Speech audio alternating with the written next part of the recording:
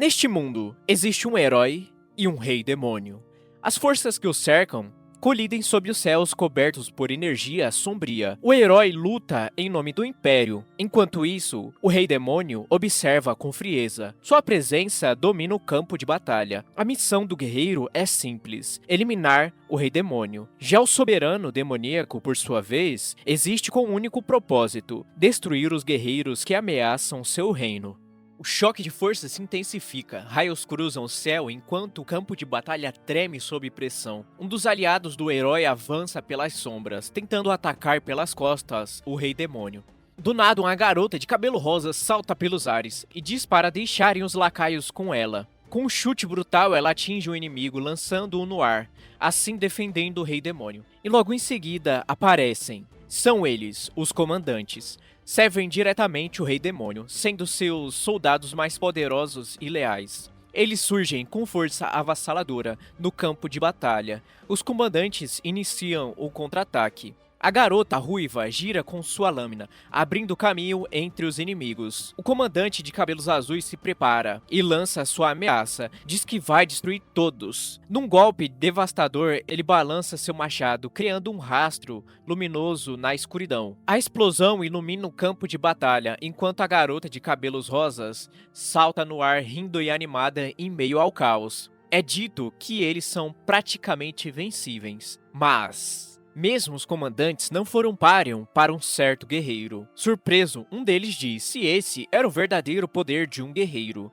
Porém, o destino também não foi favorável para esse certo guerreiro. Ele encontrou sua própria morte nas mãos do comandante da Tropa Zero, Daemon Aruti. Ele era o trunfo oculto do Rei Demônio, o talento mais precioso sob o comando soberano das trevas. O cenário muda, e agora algo inesperado acontece. Um envelope com a carta de demissão é lançada sobre a mesa. Aruti, com expressão determinada, declara que deseja se demitir. A tensão cresce. O rei explode em desespero e afirma que jamais permitirá aquilo. Sem conseguir conter suas emoções, ele corre até Aruti, agarra-se em suas pernas para impedi-lo de ir embora e, desesperado, pergunta por que ele está fazendo aquilo e de onde veio aquela decisão. O rei demônio, em agonia, tenta entender a decisão de Aruti. Ele questiona se tem algo de errado com o castelo e se os outros comandantes o desrespeitam. Aruti mantém a postura firme diante do rei demônio. Com voz calma, diz que os subordinados não cometeram erro algum. Confuso, o rei demônio pergunta qual seria o motivo daquilo. Por dentro, a mente do rei está tomada pela dúvida. Ele não consegue ler as intenções de Aruti. Ainda abalado, o rei questiona se é porque não tem deixado Aruti lutar ultimamente. Explica que, por mais que ele queira, não há escolhas, já que Aruti ainda não está em condições de ir para o campo de batalha. Logo em seguida, o sangue de Aruti começa a pingar no chão. O rei observa o sangue escorrendo e se preocupa. Com um tom mais leve, ele comenta que Aruti está sangrando. Tentando disfarçar a gravidade da situação, Aruti se desculpa e comenta sobre o chão, tentando minimizar o problema. Desesperado, o rei ordena aos subordinados que tragam o médico de Aruti o quanto antes. Aos berros, ele reforça que o paciente está doente e onde diabo está o médico. Enquanto isso, o grito ecoa pelo castelo, atravessando os corredores. O clima da sala vai se acalmando. Com voz preocupada, o rei questiona como está o estado de Aruti. Bin, ainda analisando, responde que, como já era de se imaginar, ele está sofrendo com os efeitos colaterais. O médico, então, explica que os ferimentos internos que Aruti sofreu durante a batalha contra o guerreiro ainda não cicatrizaram completamente. Mas Aruti, com um olhar fixo e um tom firme, corta o médico dizendo que não o chamou ali. Sem paciência, Aruti diz que Ben veio só para repetir as mesmas desculpas de sempre, e ele já está cansado de ouvir isso. O rei demônio, sentado, observa o chão como se escorregasse o peso da situação inteira. Com um tom ameaçador, ele ordena que encontrem logo um jeito de curar Aruti. Ele deixa claro que todos sabem o que vai acontecer se falharem. Bin responde com um leve nervosismo. Diz que fará o seu melhor. Logo em seguida, o rei ordena que escoltem o comandante da Corporação Zero de volta ao seu quarto. Os subordinados atendem prontamente e diz que o levará. Ben tenta acompanhar Haruchi até o quarto, mesmo que Haruchi insista que está bem. O médico insiste e sai correndo para ajudá-lo no trajeto. Haruchi é levado em uma maca pelos corredores. Os soldados começam a sussurrar entre si, dizendo que ele bloqueou a autodestruição do guerreiro com o próprio corpo. Comentam que é um milagre ele ainda estar inteiro depois disso. Outros, impressionados, afirmam que não é à toa que Haruchi é o favorito do rei. Mesmo sendo humano, ele carrega o respeito de todos, e agora sua força só fica atrás do próprio rei. Entre as conversas, alguém completa: é uma bênção termos alguém assim do nosso lado. Enquanto isso, dentro da mente de Haruchi surge um pensamento frustrado. Ele só queria uma aposentadoria tranquila e confortável, mas agora todo mundo está criando histórias absurdas sobre ele. No meio dessa confusão inteira, Haruchi só consegue pensar que está ferrado com toda essa confusão. Enquanto é carregado, Haruchi ouve os rumores ao redor. Eles acham que ele derrotou o guerreiro e que por isso se tornou alguém poderoso. No fundo, ele só consegue pensar: que piada. Bem, verifica o estado de Haruchi com calma, observando que seu pulso voltou ao normal, mas percebe que ainda há febre. Com cuidado, ordena que coloquem uma toalha fria em sua testa. Em seguida, Ben pede para que todos deixem um quarto, para que Haruchi possa descansar. A sala fica em silêncio. Deitado na cama, Haruchi encara o teto. No pensamento, surge sua verdadeira identidade: eu sou Daemon Heart.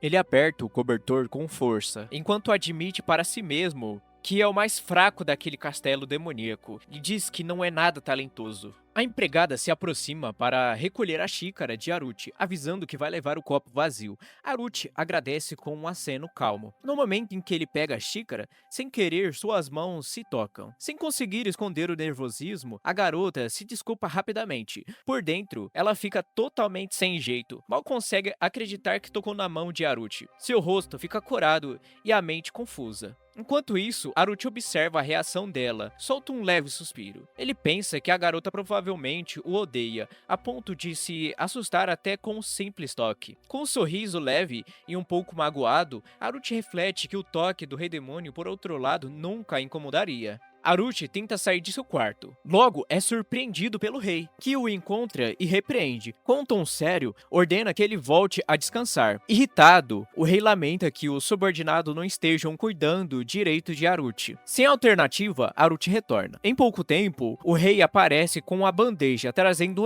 uma enorme refeição. Ele insiste para que Haruchi coma tudo, dizendo que aquilo vai ajudá-lo a se recuperar. O prato é grande demais, e Haruchi, com um sorriso constrangido, pensa que aquilo tudo é um exagero. Deitado na cama, Haruchi reflete sobre suas condições.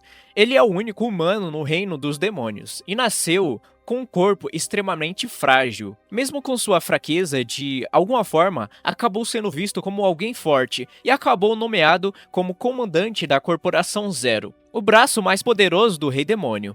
Mas sabe que, se descobrirem sua fraqueza, tudo pode mudar. Enquanto se perde nesses pensamentos, uma cena de combate surge em sua memória. O som de uma lâmina cortando ecoa em sua mente, junto com o grito do rei furioso o atingindo com um golpe. O coração acelerado, com o corpo tremendo, pensa que não pode continuar naquele lugar, senão vai acabar morrendo. Enquanto se levanta, ele já começa a bolar seu plano. A única saída seria fugir do reino dos demônios, para tentar uma vida tranquila com paz e liberdade. Mas no fundo, sabe o quão impossível isso parece ser. Os outros veem como um brinquedo novo do Rei Demônio, um humano frágil cercado de perigos. Determinando sua decisão, ele pensa que não tem escolhas, precisa escapar dali. Mas antes que pudesse prosseguir, Ed aparece e chama pelo Haruchi, que surpreende ao vê-lo. Animado, Ed comenta que acabou de voltar do reino humano. Traz consigo um presente, um cubo espelhado, dizendo que servirá para passar o tempo. Mas logo muda o tom, preocupado, e questiona se é verdade que Haruchi havia desmaiado. Aruchi tenta tranquilizá-lo, dizendo que está tudo bem agora, mas Ed não se convence. Ele fica irritado e pergunta até quando esses efeitos colaterais vão continuar. Tentando aliviar, Aruchi comenta que só precisa se recuperar aos poucos. Mesmo assim, Ed explode de raiva, culpando o guerreiro que o feriu e dizendo que Aruchi não deveria se culpar por nada. Ele lembra que Aruchi arriscou a própria vida para proteger os demônios durante a luta. Enquanto escuta, Aruchi pensa em silêncio, sentindo-se parcialmente responsável por tudo. A cena muda. O Rei Demônio encara a carta de demissão de Aruchi. Em silêncio, ele só pensa, como sempre, impossível de decifrar. As memórias então o tomam de volta. Lembranças da primeira vez que viu aquele garoto.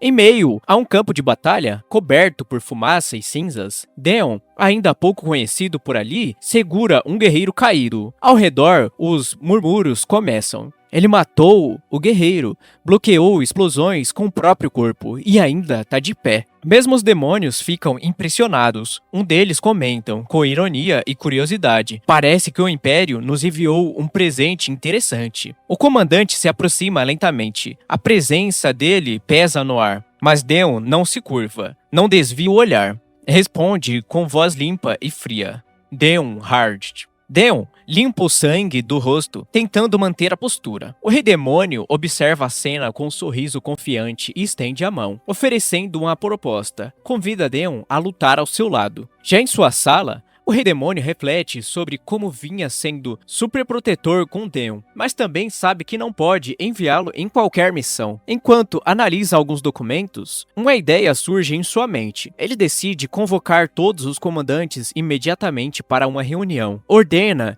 em voz firme, que chamem todos, e os subordinados respondem prontamente, iniciando os preparativos. Com um sorriso sinistro, o rei comenta que isso deve deixar Deon feliz. Voltando agora, Aruchi segue irritado pelos corredores, claramente de mau humor. O motivo da sua frustração é simples. O Rei Demônio convocou para uma reunião justamente quando ele finalmente descansava. Enquanto caminha, Aruchi pensa nas intenções do rei. Primeiro manda ele repousar, e agora chama-o com urgência. A preocupação aumenta. Todos os comandantes estarão reunidos. Só de imaginar a situação já parece uma armadilha. Ele sabe que demônios comuns já são intimidadores o suficiente. Enfrentar os comandantes juntos soa como pedir para morrer. Tentando se manter calmo, Aruchi foca em manter a expressão neutra enquanto passa pelos outros demônios, que o observam naquele momento. Alguns comentam que faz tempo desde que ele saiu do quarto, notando seu semblante sério e fechado. Mesmo tentando disfarçar, Aruchi respira fundo. Ele sabe que não pode provocar ninguém sem necessidade. Enquanto caminha, Aruchi percebe os olhares e cochichos ao redor. Os subordinados comentam sobre seus estresse e temem irritá-lo ainda mais. Ele escuta discretamente e pensa: matar quem? Perco 100% das lutas. Apesar disso, admite que o único lado bom da confusão é que ninguém ousa mexer com ele. Mas Aruchi sabe que, se descobrir sua real fraqueza, seria o fim imediato. Não pode deixar transparecer nada até sair do território demoníaco. Com o punho fechado, decide que o primeiro passo é parecer confiante. Quando se aproxima da entrada, repete mentalmente: preciso agir como se não tivesse medo de nada. Dois soldados seguem marchando próximos, enquanto ele mantém a postura séria e firme. Atrás, alguns observam assustados, reconhecendo o comportamento intimidador que esperam do comandante da Corporação Zero. Aruchi entra na sala, com passos firmes, enquanto os olhares rapidamente se voltam para ele. Alguns anunciam com tensão na voz, demonstrando o peso da sua presença. O Rei Demônio observa de longe com um sorriso confiante, satisfeito por ver seu comandante ali. Por dentro, Aruchi tenta manter o controle, mas a pressão daquele ambiente começa a deixá-lo desconfortável. Ele pensa no que pode estar acontecendo. Jaikar, o comandante da primeira corporação, se aproxima educadamente, indicando o assento reservado bem ali ao lado do trono. Do outro lado, Aizilpe, o comandante da terceira corporação, observa Aruchi com um olhar avaliador. apesar da aparência frágil, reconhece sua força e imagina como seria enfrentá-lo em um duelo. Aruti, mesmo cercado pelos mais fortes dos demônios do reino, se mantém em silêncio, tentando disfarçar o nervosismo enquanto o ambiente vai ficando cada vez mais pesado. Mantendo a calma enquanto os olhares dos comandantes o analisam, entre eles, Hipelia, da quarta corporação, o repreende com um tapa leve, dizendo que não é porque ele é talentoso que pode chegar atrasado. Belitan, da sexta corporação, pondera que ele deve ter um bom motivo. Linel, da 11ª corporação, observa a cena, visivelmente irritada com a situação e questionando o comportamento dos outros, como Aruti. Sentado à mesa, Aruti sente o desconforto crescer. A sala cheia de comandante o deixa ainda mais nervoso.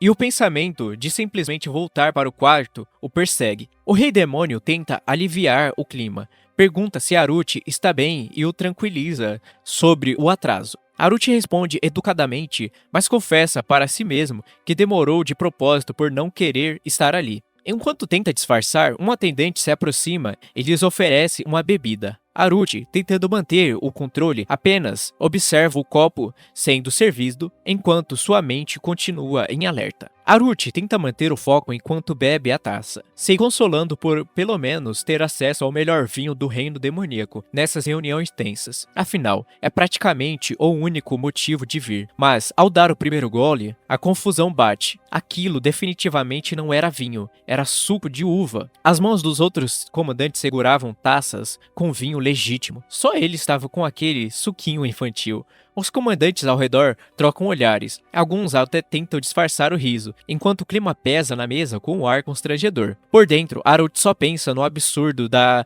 situação. Estavam realmente discriminando daquele jeito? Ele mantém a expressão séria, mas o olhar gelado denuncia a indignação. Enquanto todos bebem seus vinhos como nobres, Aruti ainda tenta digerir o suco de uva, quando o rei demoníaco interrompe o momento, explicando que foi ele mesmo que pediu para servirem só o suco. Como se não bastasse a humilhação, Aruti ainda questiona o motivo. O rei, com aquela cara de quem tá achando tudo um grande entretenimento, responde sério. Essa reunião é por sua causa. A cabeça de Aruti já vai longe, surtando internamente. Ele pensa em 1000 possibilidades, desde ser exposto como fraco até ser condenado à morte ali mesmo na frente de todos. Porém, o rei não dá tempo para mais crise existencial e passa logo a palavra ao comandante Belitan, mudando o foco para os relatórios militares. Enquanto isso, Aruti respira aliviado por alguns segundos, mas a tensão continua no ar. Enquanto o comandante Belitan segue o relatório,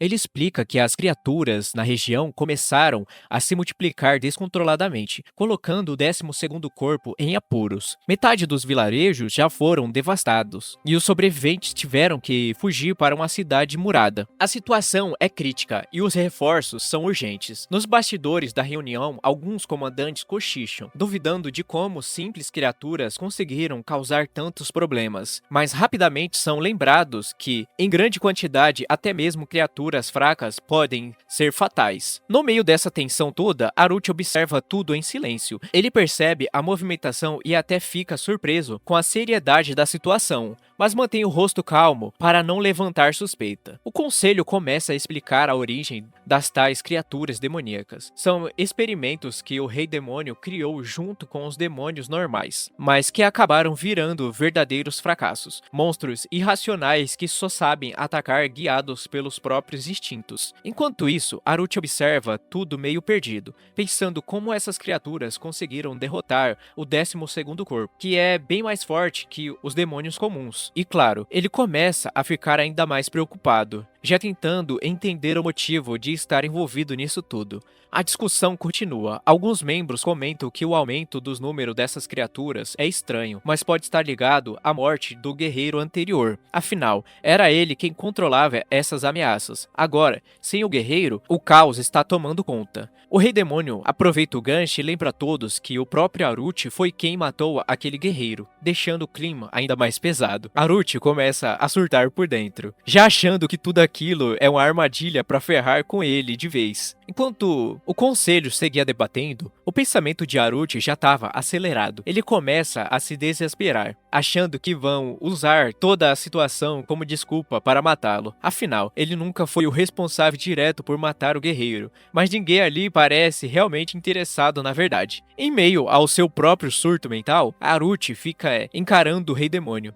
praticamente suplicando com o olhar para que ele falasse algo que o livrasse daquela pressão. O rei então observa com um sorriso sutil. Ele percebe o nervosismo nos olhos de Haruchi, mas ao invés de puni-lo, dá a notícia que pega todo mundo de surpresa. A Corporação Zero, o próprio esquadrão de Haruchi, será o responsável por reforçar o combate e resolver a situação. O choque bate pesado. Haruchi fica sem chão, entrando no mini colapso interno. Ele, que só queria sumir dali, agora foi jogado direto pro meio da confusão. O rei finaliza dizendo para ele desestressar um pouco, mas na cabeça de Haruchi só passa: como assim? Relaxar? Enquanto o conselho seguia, um dos comandantes comenta que sempre soube que Haruchi aceitaria a missão, mas no fundo, Haruchi percebe que, na visão deles, o Rei Demônio o que está enviando como a única esperança, como se fosse fácil. Os outros começam a cochichar. A confiança do rei em Haruchi é tão grande que parece impossível não cumprir a missão. Mas na cabeça de Haruchi, o pânico só aumenta. Como alguém como eu vai fazer o que o 12º Esquadrão inteiro não conseguiu? Ele tenta argumentar, dizendo que ainda não está 100% recuperado, esperando que o rei mudasse de ideia. Mas do outro lado da mesa, os comandantes observam em silêncio, alguns achando que ele está apenas relutante. Jaikar, no entanto, percebe o conflito interno de Haruchi, mas mantém a confiança no julgamento do rei. No fim, mesmo tremendo por dentro, Haruchi vê que não tem escapatória. Ele precisa suprimir seus próprios medos e encarar a situação de frente. Haruchi permanece calado, afundado na cadeira, tentando se convencer de que ainda tem controle da situação, mas a pressão de tantos olhares pesa como uma tonelada sobre seus ombros. Enquanto isso, Azilpe e Jaikar trocam impressões. O primeiro se impressiona com o respeito do rei pelo comandante, acreditando que Haruchi deve ser realmente poderoso. Jaikar concorda, mas mantém certa reserva. Ainda observa com cautela. O rei, sorrindo com tranquilidade, diz que Haruchi não precisa lutar, apenas supervisionar a operação. Seria algo leve, algo para aliviar o estresse. Mas na cabeça de Haruchi, a coisa era bem diferente. É difícil, eu nunca vou aceitar isso, nunca. Ele se contorce por dentro, mas por fora tenta manter a compostura. Não era o momento certo para explodir. Enquanto todos conversam entre si, ele aperta os punhos e encara a situação. Então, a decisão começa a se formar. Haruchi respira fundo. Já decidido, não importa se o Rei Demônio permita ou não, ele vai. No fundo da mente, o pensamento ecoa com força. Ele só quer sair daquele inferno. Durante a noite, a carruagem avança sobre o céu estrelado. O som dos cacos quebra o silêncio, enquanto ele observa o caminho, desanimado. No fundo, sabe que nem conseguiu preparar tudo como queria. Em seu pensamento, o Rei Demônio surge no quarto, observando Haruchi arrumar as coisas. Com um sorriso leve, comenta que o comandante já parece ansioso para lutar. Sem saber como responder, Haruchi força um sorriso, tentando disfarçar. Ele não queria, mas precisava manter as aparências. Sentado, exausto, ele reflete. Mesmo que a vida no Império também não fosse um paraíso, ainda assim seria melhor do que continuar preso naquele reino demoníaco. Afinal, o Imperador Insano foi quem o mandou para aquele lugar bizarro desde o início. Haruchi continua refletindo durante a viagem. Além de tudo, ainda existe o irmão mais velho, que o despreza e desejaria a sua morte. Mesmo assim, pensa que talvez seja melhor encarar monstro do que ser eliminado por intrigas familiares. Tentando se animar, ele suspira e tenta ver o lado bom. Afinal, ouviu que o Zero Corp, junto com Ed, é bem competente. Se algo der errado na missão, o próprio rei deve intervir para resolver. Sem fingir que está se esforçando, provavelmente ninguém o forçará a lutar de verdade. Logo à frente, a vila se aproxima. Ed, mantendo o bom humor, avisa para não abaixar a guarda e seguir com a formação. Haruchi concorda mentalmente, afinal, o plano dele é basicamente não fazer nada. Enquanto isso, Haruchi começa a vasculhar sua bolsa. Agora que as preocupações ficaram para trás, era hora de relaxar um pouco. Haruchi levanta uma garrafa com um brilho nos olhos. Era um vinho especial daquele mundo demoníaco, um dos poucos luxos que ele podia desfrutar. O rei tinha o proibido de beber na reunião, mas ali, sozinho, ele não ia abrir mão desse pequeno prazer. Aruchi, com um sorriso de canto, relembra com orgulho de ter pego discretamente o vinho no fim da reunião. Já que cavou sua própria cova, aceitando a missão, pelo menos iria aproveitar um pouco. Sem perder tempo, abre a garrafa e começa a beber direto. Agora sim, é disso que eu tô falando. O vinho do reino demoníaco realmente era o melhor. O efeito relaxante bate rápido. Aruchi sente uma animação há tempos esquecida, enquanto o som dos cavalos quebra o silêncio da noite durante a viagem. Mais à frente, Ed observa Aruchi mantendo-se em silêncio dentro da carruagem. Vendo as cortinas abaixadas, estranha o comportamento. Ed, curioso, pensa consigo mesmo. Ele tá bem quieto. Ainda tá na bad por causa da missão? Aruchi, com a expressão levemente irritada, responde, dizendo que nunca quis montar em um daqueles cavalos. Ed, sem entender, pensa consigo mesmo. Ele ficou encarando os cavalos o tempo todo. Dá pra ver que ele queria montar em um deles com certeza. O comandante já estava acostumado a reprimir seus próprios impulsos, mas dessa vez seu estado físico não permitia mais tanta insistência. Mesmo desejando deixá-lo fazer o que quisesse, Ed sabia que precisava seguir as ordens do rei. Ele argumenta mentalmente que seria mais seguro o comandante ir na carruagem para preservar sua saúde, mesmo que isso contrariasse os desejos de Aruchi. Ao se aproximarem, a cena surge diante deles. Chamas consumindo toda a cidade, o fogo iluminava o céu noturno. Observando o caos, Ed constata que as criaturas chegaram antes, mas antes que pudessem fazer qualquer movimento. No meio da destruição, um grupo de criaturas surge das chamas, correndo em direção aos soldados. Suas presas e olhos brilhantes ameaçavam devorar tudo que aparecesse. Ed rapidamente percebe o perigo e organiza o esquadrão. Com sua espada em mãos, ele ordena que todos se posicionem. Mesmo sob pressão, ele tenta manter a moral da tropa, lembrando-os que lutem em nome de Aruchi, o comandante que sempre acreditou neles. As criaturas avançam em massa, saltando pelas labaredas. As chamas iluminam os demônios de elite, já posicionados para o confronto. Lâminas começam a cortar o ar. Cada golpe dos soldados abate dezenas de criaturas, mas a quantidade parecia não diminuir. Logo, o vilarejo vira um campo de guerra completo. Explosões e gritos se misturam aos barulhos dos combates, enquanto a tropa faz o possível para conter o avanço dos monstros. No meio do caos, Ed tenta recuar, mas as criaturas continuam surgindo de todos os lados. O campo de batalha já está tomado pelo fogo e pelos gritos de combate. De repente, uma das feras salta em sua direção, com um rugido brutal. O tempo parece desacelerar quando o jovem percebe o perigo tarde demais. Sua mente se enche de tensão. Por um instante, ele se culpa por ter se distraído. Enquanto isso, no castelo, sob o céu chuvoso, um dos subordinados leva a situação ao conhecimento do Rei Demônio. A preocupação cresce sobre a quantidade de inimigos enfrentados pela Corporação Zero.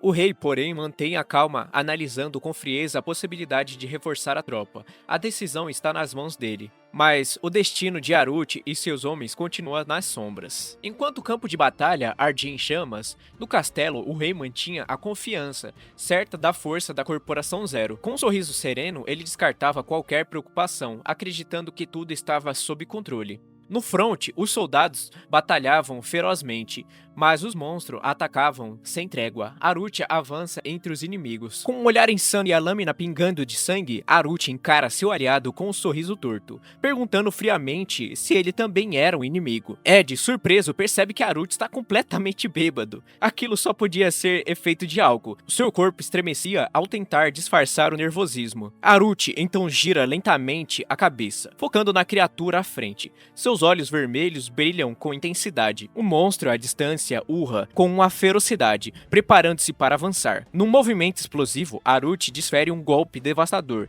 atravessando a criatura e jogando o corpo dela contra o cenário em chamas. O impacto cria uma nuvem de destroços e fogos, enquanto ele permanece firme no campo de batalha. Ed observa em choque o comandante sendo atingido pela explosão, mas Aruchi, mesmo ferido, se mantém de pé no meio do caos. O chão ainda treme ao seu redor. Com os olhos banhados de sangue, ele encara a criatura à sua frente e declara mentalmente que, de fato, aquilo era o inimigo. Sem hesitar, Aruchi avança com velocidade, cortando o ar em um golpe veloz e preciso. O monstro monstro tenta reagir saltando na direção dele com violência. Aruchi assumia completamente o controle. Com um golpe brutal, ele perfura mais uma criatura sem hesitar. Apesar do estado de loucura parcial, sua mente ainda consegue distinguir aliados de inimigos. Os soldados ao redor, mesmo acostumados às cenas de batalha, observam em choque a ferocidade do comandante. O temor e a admiração tomam conta do grupo ao testemunharem sua fúria avassaladora. Aruchi, coberto de sangue, levanta o braço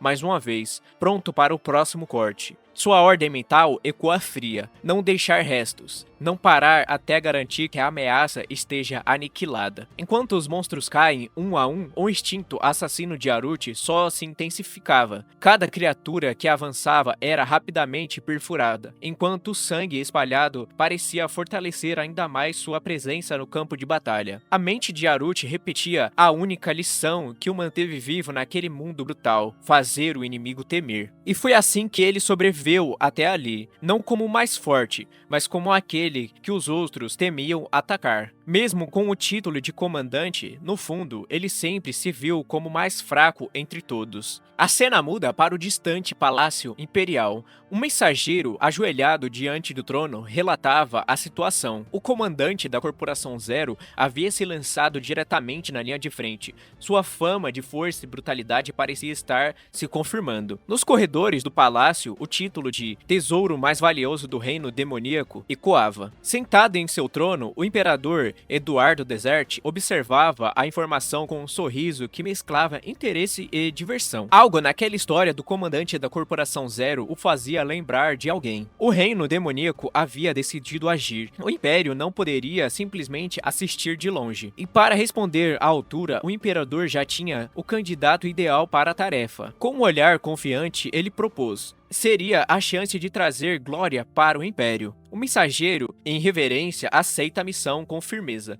enquanto o imperador completava: torne-se esse tipo de talento. 8 anos de guerra. Um campo de batalha onde incontáveis corpos foram derramados em nome da glória do Império. Entre as cruzes e as armas fincadas no chão, encharcadas de sangue, Aruchi caminhava como um espectro silencioso. Mesmo diante do caos, seus olhos eram vazios. Aqueles soldados jogados na linha de frente não passavam de carne descartável para o Império. Mais um avanço, gritos e desesperos ecoavam enquanto soldados desesperados lutavam e tombavam. Ele apenas suspirava. Para ele, aquilo não passava de mais um inferno. E tudo isso em nome de um império ridículo. Aruchi nunca pediu por aquilo. Enquanto cortava seus inimigos em pleno campo de batalha, Aruchi não carregava nem orgulho algum. Não havia um pingo de lealdade, apenas a vontade crua de continuar respirando. Seu corpo, ensanguentado, avança, empurrando pela pura necessidade de sobreviver, em meio ao inferno criado pelo próprio Império. Jamais daria sua vida por aqueles que jogaram naquele abismo. Ele só queria sobreviver. A cada passo, mesmo combaleando,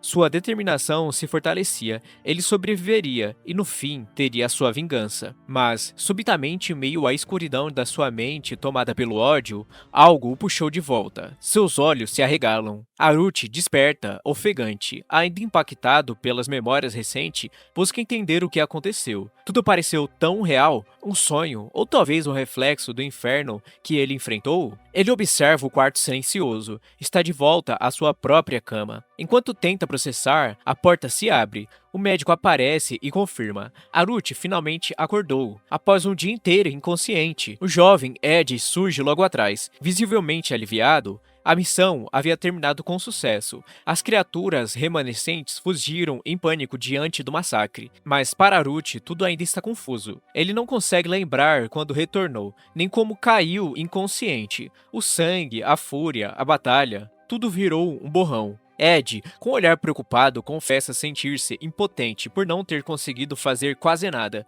O peso da missão recai sobre ambos. Cada um carrega sua parcela de culpa e frustração. Mesmo com o corpo exausto, Aruchi não consegue conter a inquietação. Ele ainda está sem entender se a missão realmente terminou ou se tudo foi um sonho. O médico explica que talvez Aruchi esteja sofrendo de perda de memória temporária, consequências dos ferimentos que sofreu durante o combate. Diante disso, Aruchi tenta buscar em sua mente o que aconteceu, mas tudo o que encontra é um vazio. Enquanto o doutor relembra que Haruchi havia sido atingido violentamente por uma criatura, o próprio Haruchi fica confuso. Memória, perda, as palavras ecoam na mente de Haruchi enquanto flashes começam a ressurgir. Ele sente o latejar na cabeça e lembranças da explosão. O estilhaço, as batalhas brutais, as garrafas de bebida, tudo começa a se encaixar. As imagens são desconexas, mas cada fragmento revela um pedaço da verdade. Ele havia perdido o controle. Não foi apenas um desmaio, foi um apagão total, como um modo berserk que ele sequer percebeu entrar. Sentado, Haruchi se encolhe. Inquieto, teria ele cometido alguma insanidade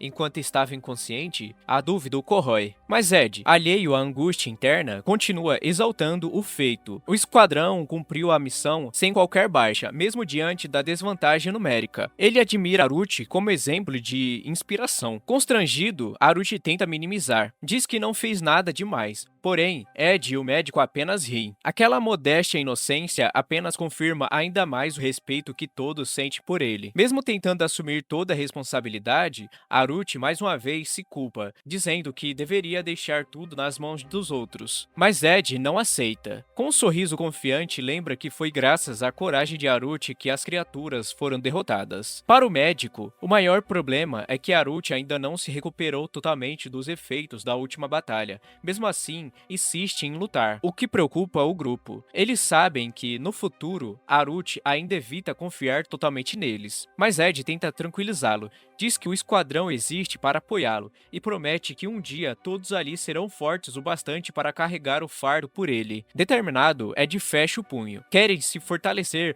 para que Haruchi possa, enfim, confiar e descansar. Mesmo tentando se explicar, Haruchi se irrita. Diz que não tem habilidades que todos pensam e que só quer ser deixado em paz. A tensão no quarto aumenta, deixando até o médico desconfortado com a cena. Nesse momento, a porta se abre com barulho. Aparecem Efilia, a comandante da 4ª unidade, e Azilde, o comandante da 3ª. Eles vieram ver como Haruchi estava. Azilde tenta acalmar os ânimos, pedindo para que todos falem baixo, já que Haruchi ainda está em recuperação. Mas Efilia, com seu jeito direto, provoca Azilde dizendo que ele é quem está fazendo barulho. Sem muita paciência, Jaikar, o comandante da 1ª unidade, também entra e coloca a ordem. Pede que, se vieram apenas para checar o estado de Haruchi, que façam isso e saiam logo, pois estão deixando ainda mais desconfortável. Por fim, os três são praticamente expulsos do quarto, deixando Haruchi exausto com aquela visita repentina. Ao ver a confusão crescendo, Haruchi se exalta e ordena que todos saiam imediatamente do quarto. Os comandantes, surpresos com o surto repentino, recuam rapidamente. Jaikar logo percebe que Haruchi ainda está tenso da última missão e decide intervir. Com tom calmo, Jaikar pede que evitem brigas dentro do castelo e que ninguém seja morto desnecessariamente. Haruchi, confuso com o pedido, pensa que seria um milagre se ele conseguisse acertar um único golpe em alguém ali. Mas logo, a paranoia volta. Ele reflete que, se descobrirem a sua fraqueza, não hesitariam em eliminá-lo. Então finge estar no controle e, ao invés de mostrar fraqueza, decide adotar uma postura de misericórdia, o que poderia ser útil para manipulá-los no futuro. Haruchi mantém o semblante calmo diante dos comandantes, escondendo a pressão interna que o corrói. Se descobrirem a verdade, talvez ainda o deixem viver, pensa ele em silêncio. Controlando cada palavra, ele continua com firmeza. Está aborrecido, sim, mas não é a raiva que deve guiar as suas ações. A melhor escolha, mesmo em meio a mentiras ou diante dos mais fracos, é a misericórdia. Ele os observa fixamente, enquanto seus subordinados observam suas palavras. É um apelo simples, um pedido velado para manterem o equilíbrio, mesmo quando estiverem no limite. Por fim, todos aceitam a orientação, com um breve aceno de cabeça, respondendo que entenderam. Por dentro, Haruchi respira aliviado. Pelo menos por agora, conseguiu manter as aparências, mas o alívio dura pouco. Um dos comandantes mais temidos do exército, Azilde, se aproxima com um sorriso largo, o tipo de sorriso que esconde intenções perigosas. Azilde, sem rodeios, elogia a sua última missão. Haruchi tenta entender como tudo saiu do controle. Sua reputação no castelo havia se inflamado a um ponto ridículo, e agora aquela fama fabricada parecia querer cobrar um preço. Então, Azilde logo lança o seu pedido. Assim que estiver recuperado, podemos lutar? O sangue de Aruchi gela. Ele nem tem tempo de processar a pergunta, ou fingir uma desculpa plausível. Aruchi mal conseguia acreditar. O Brutamontes queria treinar com ele. Logo ele. Azilde dizia ter ouvido falar de suas habilidades lendárias, que queria aprender um pouco ao lado dele. Os outros comandantes também começavam a se empolgar. Jaikar achava uma boa chance de testemunhar pessoalmente o poder de Aruchi, e Idalia, animada, já dizia que avisaria todo mundo para assistir. Cercado por 3 olhares brilhando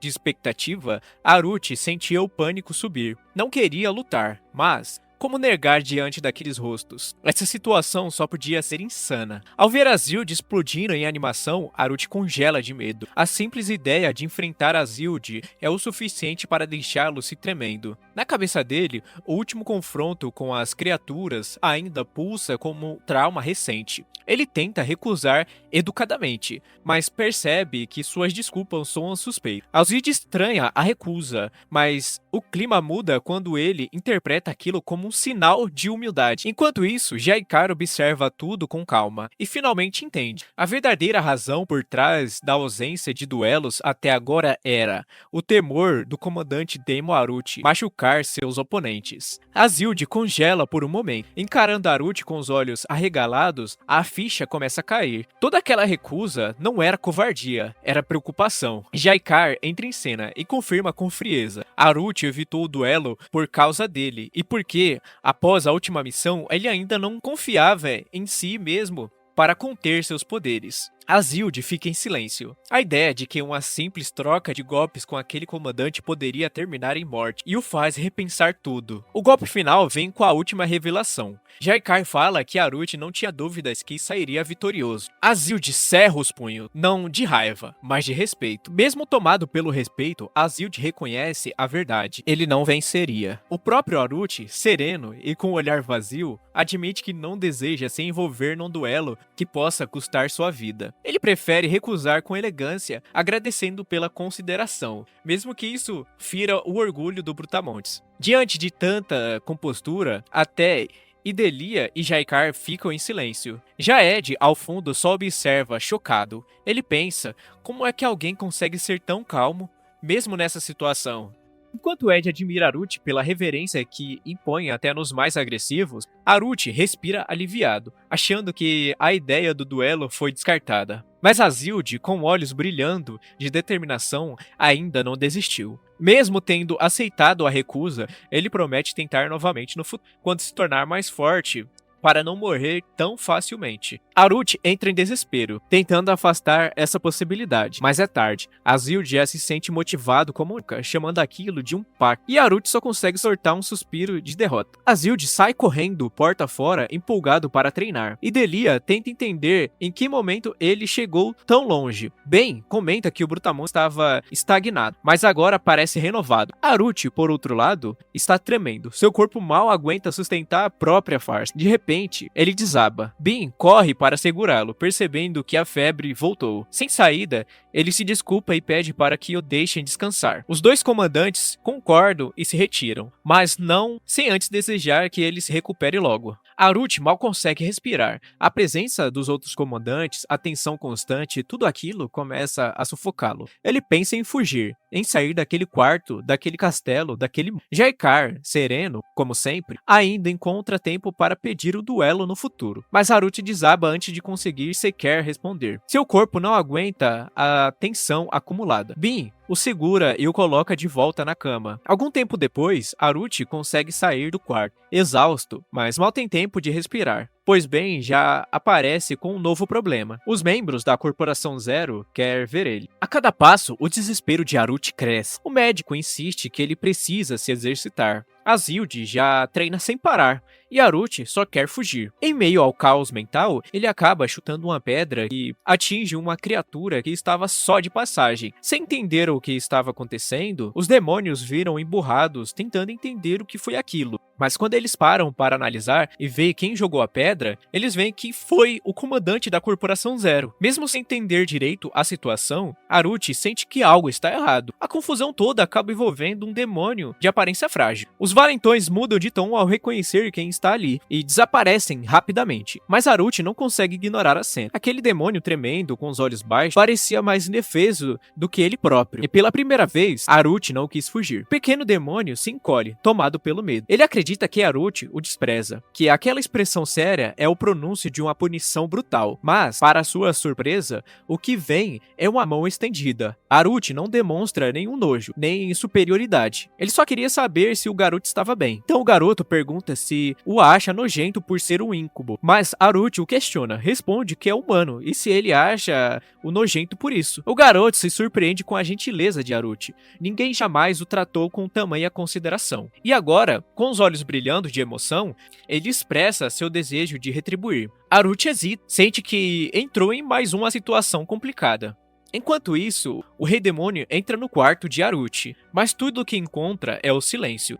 Ele se pergunta, o comandante sumiu, para onde ele foi? A cena muda. Haruchi hesita, mas aceita ouvir o pedido do garoto. Ele tenta disfarçar, dizendo que não estava ocupado, mas já se arrepende por ter saído do quarto. O jovem, nervoso, apenas quer mostrar o seu agradecimento. Oferece uma planta especial que ajuda a restaurar energia e propõe levar o comandante até o jardim do castelo. Haruchi fica surpreso, nem sabia que um lugar como aquele tinha um jardim. Logo em seguida, o garoto faz uma reverência tímida e diz que seu nome é Ri, o jardineiro responsável por todas as plantas daquela fortaleza demoníaca. Haruchi reflete sobre as falas do garoto. Ser jardineiro no mundo demoníaco parecia pacífico demais, mas fazia sentido. Aquele jovem transmitia uma calma estranha naquele ambiente brutal. Ele decide aceitar o convite.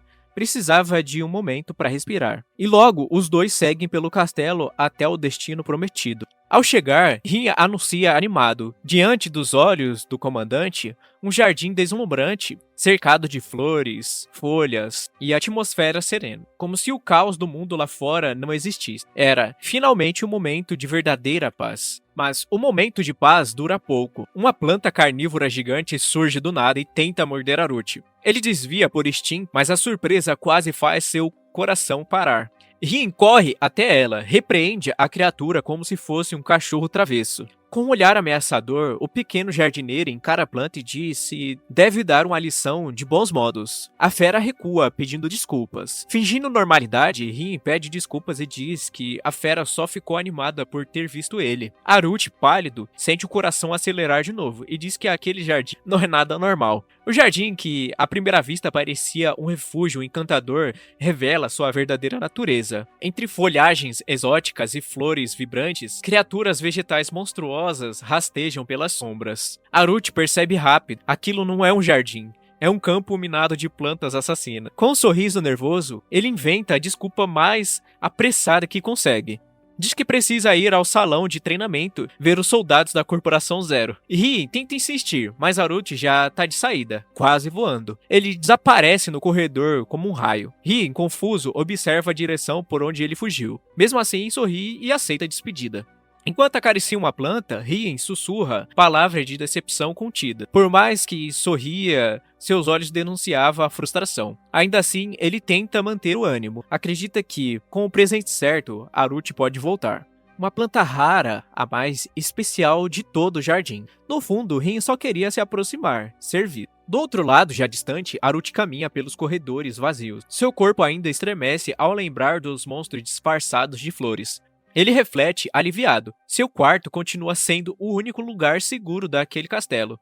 A desculpa da Corporação Zero havia sido conivente, mas no fim ele sabe, mais cedo ou mais tarde, vai ter que encarar aquelas criaturas também. Desde que desmaiou diante de todos, ele vem evitando encarar a tropa. Mesmo assim, o peso das expectativas do Rei Demônio, de Delia e de Azilde o empurra para fora do quarto. As lembranças de Ed o assombram com palavras que ele nunca tinha ouvido, mas talvez fosse isso que precisava. Ele chega à sala de treinamento, vazia.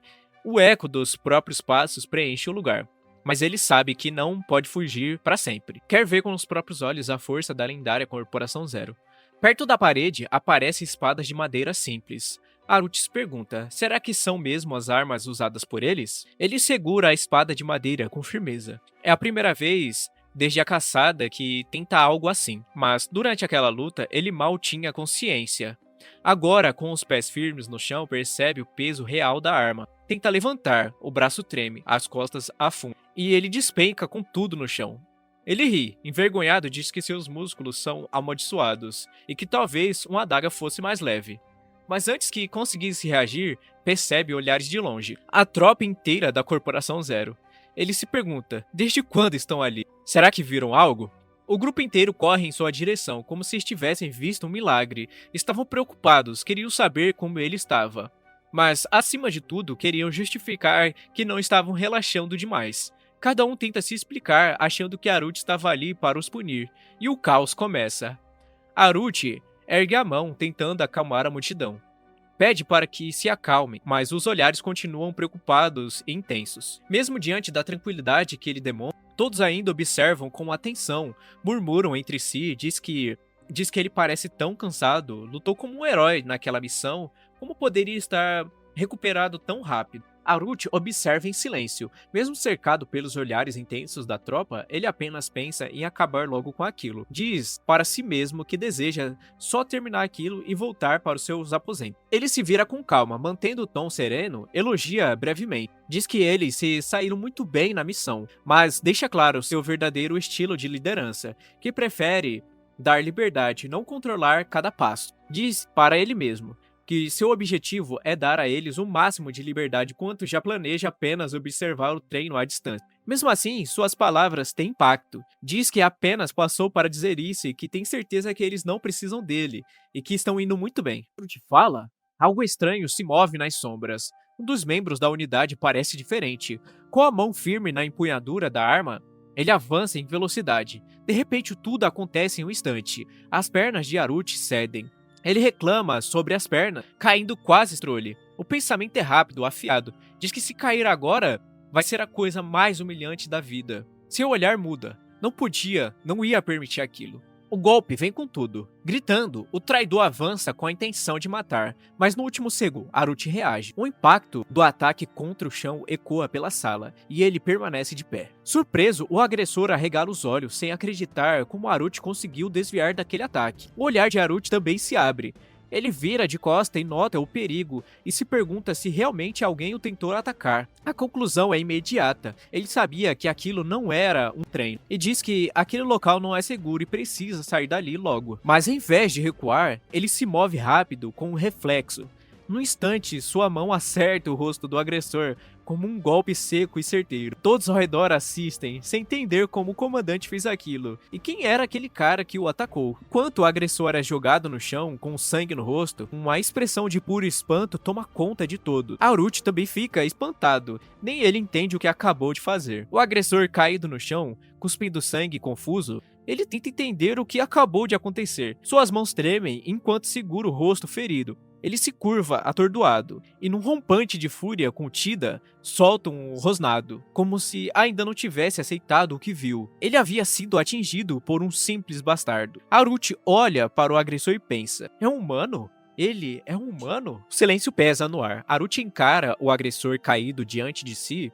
Os olhos vermelhos brilham com confusão e alerta. Diante dele, um humano, no castelo do Rei Demônio. A mente de Aruti tenta entender o que este humano está fazendo aqui, mas não há tempo para a resposta. Integrantes da Corporação Zero se aproximam correndo, alarmados com o ocorrido. Eles perguntam se Aruti está bem, mas é o homem encapuzado que atrai todos os olhares. Com a respiração ofegante e o sangue ainda escorrendo no rosto, o invasor se apoia no próprio joelho para se levantar. Ele grita por dentro, amaldiçoando a situação, percebe que ninguém parece reconhecê-lo, nem mesmo os soldados do castelo. Ele entende imediatamente, está cercado, a única saída é fugir. Seu olhar se torna selvagem e o corpo se prepara para reagir. Mas antes que pudesse pensar em escapar, Aruti se move. Com os olhos firmes e o semblante carregado, ele ergue a espada em movimento seco e ameaçador. A lâmina sobe, pronta para cair. O invasor sente o instinto de sobrevivência gritar. Seu corpo congela, os olhos se arregalam e um único pensamento percorre em sua mente. Ele não tem mais como sair ileso naquele momento. No alto, Aruti observa. Seu olhar carrega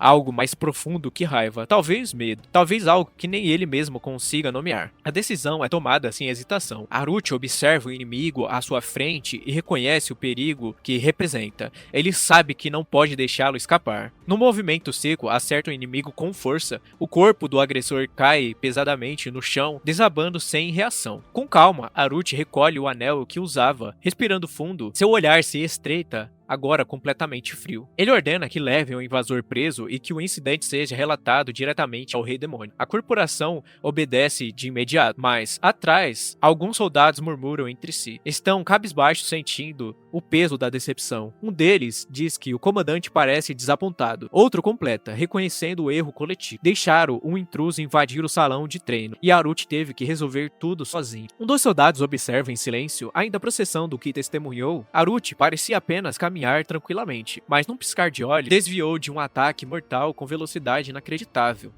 A cena se repete na mente de todo. Em vez de recuar, ele contra-atacou com precisão, finalizando o inimigo num único movimento.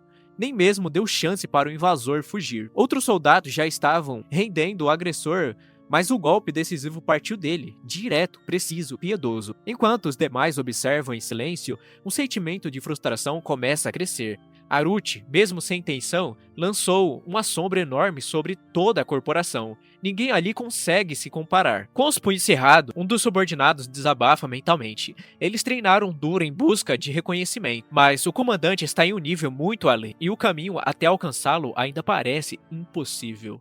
A comoção foi imediata. Os soldados, tomados por uma onda de motivação, levantam os punhos e gritam animados. A derrota do intruso acende algo neles, um desejo fervoroso de ficarem mais fortes. Sem perder tempo, organizam um novo plano de treinamento. Eles decidem que não vão descansar até estarem à altura do próprio comandante. Para eles, Haruchi se tornou um ideal a ser alcançado. Enquanto isso, longe da euforia coletiva, Haruchi observa o próprio pulso. A dor do treino com a espada de madeira ainda pulsa em seu corpo frágil. Ele caminha de volta pelos corredores do castelo com os braços sobre a cabeça. Apesar de tudo, sente que pôde finalmente descansar.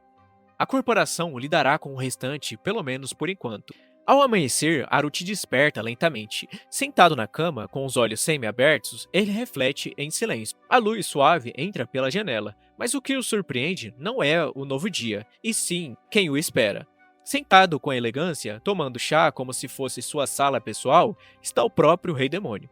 Ele diz que Haruchi dormiu igual uma pedra, com um leve sorriso, como se a situação fosse perfeitamente comum. Haruchi se senta devagar, ainda confuso, questionando mentalmente se está sonhando, mas o rei logo corta qualquer dúvida. É tudo real. Em choque, Haruchi se levanta de repente, tentando entender o motivo daquela visita tão direta. O rei, sem perder tempo, repousa a xícara e faz um pedido, quer que Haruchi o acompanhe. Ao ver a hesitação nos olhos do comandante, ele completa: é algo importante, e sim, tem a ver com o intruso. Haruchi suspira. Seu descanso teria que esperar.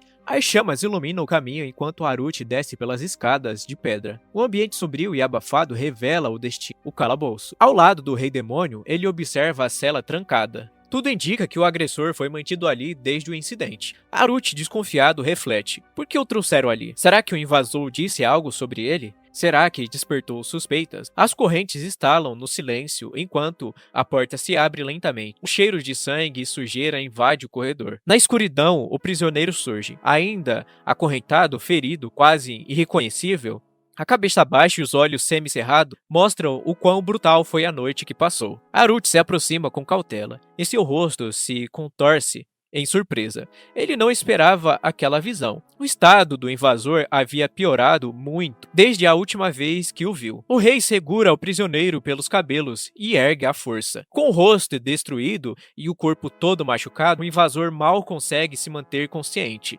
Mesmo assim, o Rei Demônio vira o rosto dele na direção de Haruchi. Com um olhar sério, ele pede para que o comandante observe com atenção aquele rosto se não parece estranho. Enquanto o homem resmunga de dor, o rei revela que, apesar de ser humano, o sujeito é forte o bastante para derrotar vários demônios. E mais, ele fica ainda mais forte quando está à frente com o Rei Demônio. O olhar de Haruchi se fixa. Ele reconhece. Já viu aquele tipo de pessoa antes. Um arrepio sobe pela espinha. Ele não é só humano, é um herói. um dos raros guerreiros humanos capazes de se sacrificar numa explosão para ferir o rei, ou espalhar seu poder pela terra deixando fragmentos de si, mesmo ao custo da própria vida. A maioria dos guerreiros escolhe a segunda opção, espalhar seu poder, com medo que ele desapareça de vez. Esses fragmentos acabam caindo nas mãos do Império, que sai caçando gente que os carrega. Mesmo que nem todos sejam verdadeiros heróis, qualquer um com esse fragmento ganha esse título de forma genérica. Mas só os que realmente têm talento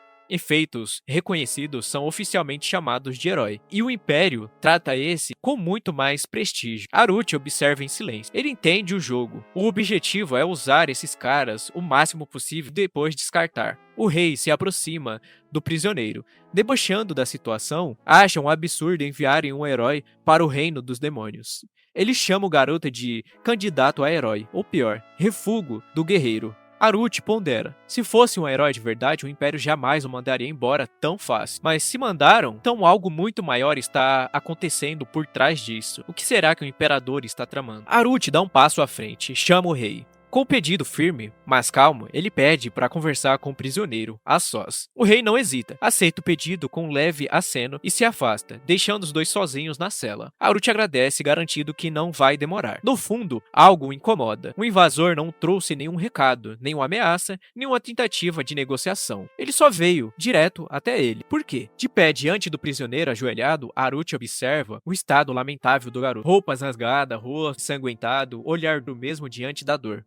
Sem cerimônias, sem mentiras, com a voz arrastada e os olhos queimando de raiva, o invasor encara Aaruti e solta o nome que parece conhecer muito bem, Deonhard. A tensão no ar se transforma em acusação. O invasor chama Aaruti de maldito traidor, e agora tudo muda. As acusações do prisioneiro ecoam com ódio. Com os olhos sangrando fúria, ele grita que o rei confiou Deon o suficiente para torná-lo um herói. Mas mesmo assim, ele traiu o Império e se aliou ao reino demoníaco. Ofegante, ele avisa, isso não vai acabar bem. Aaruti permanece calado por um instante, e então começa a rir.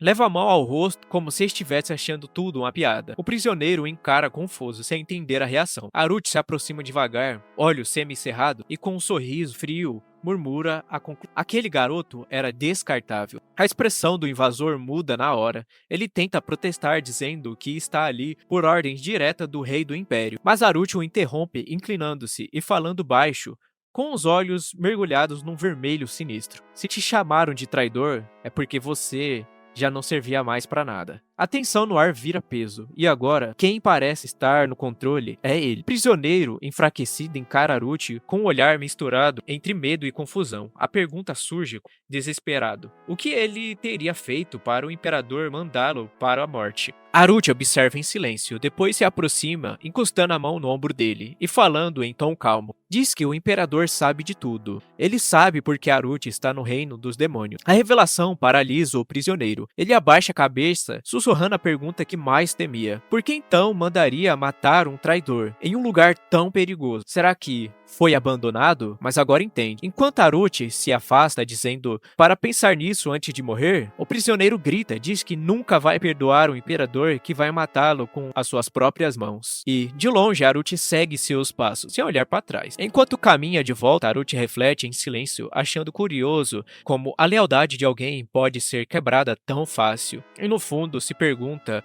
por que perdeu tempo tentando conversar. Logo adiante, o rei o aguarda ao pé da escada e pergunta se ele terminou, dando aquele breve sorriso. Pela expressão de Aaruti, já sabia a resposta. Sem rodeios, o rei questiona o que deveriam fazer com o prisioneiro agora. Aaruti não responde de imediato, seus olhos se estreitam. Depois, diz que a decisão não é dele, mas que matar o traidor seria o mais seguro. O rei aceita a resposta com naturalidade, entendendo a decisão de Aaruti, e diz que cuidará disso pessoalmente. Mas antes que tudo se encerre, o rei vira o rosto e faz um pedido, um favor em troca. E mais uma vez, aquele olhar misterioso deixa no ar que os planos do rei ainda estão longe de acabar.